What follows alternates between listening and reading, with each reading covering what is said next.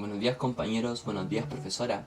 Hoy día con mi grupo, que está conformado por Javier Volados, Yelvi Astorga, Enrique Morales y el que les habla, José Contreras, le vamos a hablar sobre el tema que nos tocó, que nuestro tema es teoría relacional sobre tres autores. Los tres autores son Stephen Mitchell, Robert D. Storolow y George Atwood. Espero que les guste. Bueno, ahora sí, empezando con nuestra presentación. Nosotros anteriormente le habíamos dicho que íbamos a hablar sobre tres diferentes autores y uno de esos autores es Steve. Steve nació en Manhattan en 1946. Desde pequeño, él tuvo un gran interés por Freud y en sus obras y en sus diferentes investigaciones. Tan así que desde pequeño él quiso estudiar psicología, centrándose específicamente en el área del psicoanálisis. Llevó a cabo, después cuando creció, sus estudios en la Universidad de Yale, ubicada en Estados Unidos. Ya en 1968 se graduó y realizó su doctorado en la Universidad de New York. En esos momentos llevaba de la mano una investigación junto a uno de sus colegas, Richard Milken. Ya empezó, cuando salió de la universidad, empezó a impartir clases en diferentes universidades de allá de Estados Unidos. En 1972 comienza su formación en psicoanálisis en el Instituto Williams Alsnou y termina en 1977. Ya después, un poco tiempo después que salió, en 1983, junto a otro colega, Jay Greenberg, empieza a formar su teoría escribiendo un artículo llamado Las relaciones de objeto en la terapia psicoanalítica. En 1991, junto a otro colega, en este caso con Lewis Aron, fundaron una revista que se llama Psychoanalysis Dialogues. Y después, poco tiempo después, junto a ese mismo colega, en 1999, escribieron y sacaron su primer libro llamado Psicoanálisis Relacional, la emergencia de una tradición. A partir de aquí, con todas sus obras escritas, por todos sus, tanto por él como por sus colegas, empezó a desarrollar una visión personal de un modelo relacional que podemos evidenciar en todas las obras que él escribió, tanto solo como con sus colegas. Ya termina por fallecer en el 21 de diciembre del año 2000. Gracias, Nicolás. Bueno, yo les voy a hablar sobre el autor físico, matemático inglés, George Atwood, quien creó y diseñó una máquina llamada desde entonces la máquina Atwood, creada para verificar las leyes mecánicas newtonianas del movimiento uniforme acelerado. Atwood nació en el barrio londinense de Westminster en una fecha desconocida, aunque presumiblemente cercana a la fecha de su bautismo, el 15 de octubre de 1745. George era el mayor de los hijos de sus padres y tenía dos hermanos menores llamados James y Thomas. A los 19 años fue admitido en Trinity College de Cambridge, donde se graduó en 1769 y obtuvo el premio de primer lugar de Smith en su edición inaugural de 1769. En el Trinity College llegó a ocupar los cargos de Fellow y después de tutor. En 1977 fue elegido miembro del Royal Society de Londres. Atwood es mejor conocido por su trabajo como el autor de un libro que fue publicado en Cambridge University Press en 1784. Es un libro de texto sobre mecánica newtoniana que describe el impacto y el movimiento armónico y simple. También describe un detalle, una máquina, ahora conocida como la máquina Atwood, para demostrar las leyes del movimiento uniforme acelerado debido a la gravedad. En 1976, Atwood escribió un artículo de importancia cardinal sobre la subjetividad de la teoría racional. Este artículo lo consideraba como una contribución a la psicología, donde hunde sus raíces en la propia historia de la psicología y que la teoría racional puede alcanzar un mayor grado de descenso, de consenso y generalidad solo si se gira sobre sí misma y cuestiona sus propios fundamentos psicológicos. Bueno, y con esto termino y le doy el pase a mi compañero. Bueno, ahora sí, empezando con otro autor. que en este caso sería con Robert Storolow, o también conocido como Bob Storolow, se graduó en biología en 1964 y terminó su formación en psicología clínica en 1967. También se doctoró pocos años después en Harvard en psicología clínica en el año 1970. Robert ejerció trabajo como psicoterapeuta en niños en un centro de salud ubicado en Estados Unidos. Ya en 1972 inició su carrera como terapeuta, pero en esta parte sí, él se especificó en psicoterapia y psicoanálisis. Escribió diversos artículos basados en psicoanálisis y colaboró con diferentes colegas en sus áreas, como Frank Lachman, George Atwood, Bernard Branchbeth y Donna Orch. Junto a George Atwood iniciaron una colaboración bien importante que en sus áreas, llamadas Cara en una nube, que sentó en las bases para empezar con la teoría de sistemas intersubjetivos. Bueno, después al comenzar con esa teoría fue tan grande que fue creciendo y fueron sacando más obras mediante a eso. Una de ellas fue Estancamiento evolutivo, teoría y tratamiento, estructuras de la subjetividad, exploraciones en fenomenología psicoanalítica. Ya en el año 2007 recibió su doctorado en filosofía en la Universidad de California. También Bob fue un miembro fundador y profesor del Instituto en Psicoanálisis allá en Nueva York. La orientación relacional en el psicoanálisis ha sido una de las principales versiones alternativas a la teoría freudiana clásica.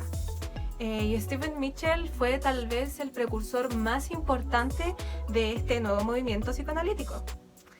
Sin embargo, como él mismo lo explica, el movimiento relacional ha sido una construcción conjunta y no la labor de un solo pensador. Un claro contraste frente a lo que fue el psicoanálisis en sus orígenes, cuando se basaba casi exclusivamente en los aportes de Freud. Mitchell busca ampliar el objeto de estudio del psicoanálisis al integrar las visiones externas e internas de las relaciones con los otros, teniendo en cuenta lo interpersonal y lo intrapsíquico. Uno de los grandes aportes de Mitchell al psicoanálisis y a la psicoterapia fue la construcción de un marco conceptual que permite integrar selectivamente teorías provenientes de diferentes escuelas, de tal manera que éstas coincidieran en un aspecto fundamental: la consideración de que el psiquismo se constituye a partir de una matriz relacional. Esto implica que todos los fenómenos psíquicos y los comportamientos humanos, como la sexualidad, la agresividad, la afectividad, la motivación, el miedo, entre otros, son entendidos desde esta mirada como experiencias interactivas, en las que los otros ocupan un lugar esencial y constitutivo. Diferentes perspectivas individualistas de la mente que plantean la existencia de factores innatos, como las pulsiones, por ejemplo. Para Mitchell, el modelo pulsional es incompatible con el modelo relacional, pues están basados en concepciones epistemológicas y políticas diferentes. En el modelo pulsional, la mente es monádica. Las pulsiones o las energías internas constituyen su contenido. En cambio, para el modelo relacional, la mente es diádica e interactiva. Sus contenidos se construyen a través de las interacciones con los otros. Ahora les va a hablar mi compañero Enrique. Atwood y Storolow exponen que cada interpretación transferencial tiene sus raíces en el marco teórico que orienta al analista en el reordenamiento de los datos clínicos. Invariablemente, la lealtad del analista a su marco referencial tiene sus raíces en sentidas creencias y valores personales. Por tanto, cada vez que el analista ofrece una interpretación que va más allá de lo que el paciente es consciente, invita al paciente a ver las cosas, siquiera ligeramente, desde la propia perspectiva del analista, enraizando en su teoría. En esta medida, las interpretaciones son sugestiones y es crítico para el análisis investigar si el paciente que cree que debe adoptar el punto de vista del analista para mantener el vínculo terapéutico.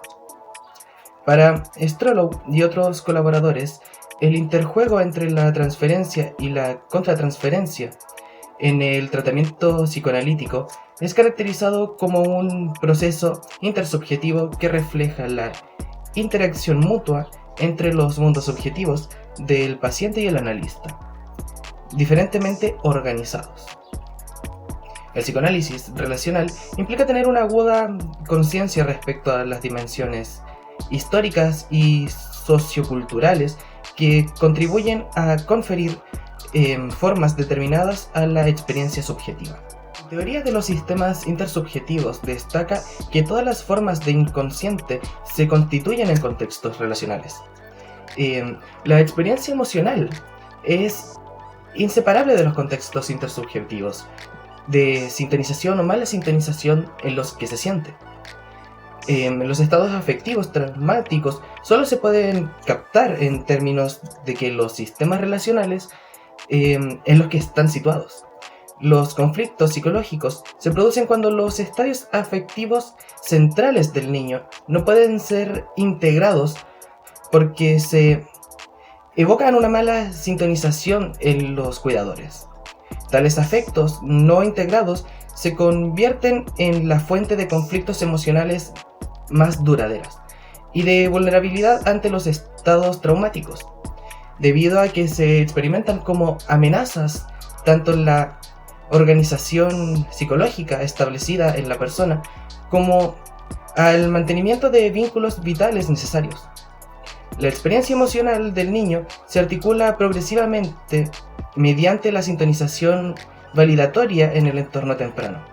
Es la ausencia de una respuesta adecuada ante las relaciones emocionales dolorosas de este niño por parte de los cuidadores lo que hacen que los conflictos sean duraderos y por tanto una fuente de estados traumáticos y de psicopatología.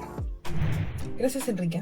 Bueno, para culminar nuestra presentación, podemos decir que la teoría racional es de real importancia, ya que se diferencia de las otras teorías, dándole una perspectiva racional, donde se aproxima a las extinciones tradicionales de modo idealístico, intentando mantener un equilibrio entre las relaciones internas y externas, las relaciones reales e imaginarias, lo intrapsíquico, lo intrapersonal, lo intrasubjetivo y lo individual y social. El significado más profundo del término racional es que enfatiza no solo en las relaciones entre personas y cosas externas, sino que también entre personificaciones y representaciones internas. Enfatiza los procesos y las relaciones a lo largo de todo el desarrollo físico y fisiológico, pasando por lo neurobiológico, en última instancia lo psicológico, y para algunos incluso lo espiritual. Por último, cabe asumir que el psicoanálisis racional es un psicoanálisis más interesado en los procesos que en los contenidos. Dicho con mayor exactitud, se trata de un psicoanálisis que no descuida los contenidos psíquicos. Es agudamente consciente de que el cambio incluye la elaboración de ciertos contenidos psicológicos nucleares, pero que abarca al mismo tiempo modalidad de transformación ligada a la experiencia afectiva y vinculares que se producen a lo largo del todo el proceso analítico sin que necesidad sean verbalizadas y explicitadas. Y bueno, para concluir nuestra presentación podemos decir que como equipo de trabajo logramos entender más de esta teoría racional, dándonos cuenta de que es sustancial para el psicoanálisis, ya que aporta un grado calificado para la psicología en sí. Y con esto finalizo nuestra presentación. Espero que les haya gustado. Y nada, muchas gracias.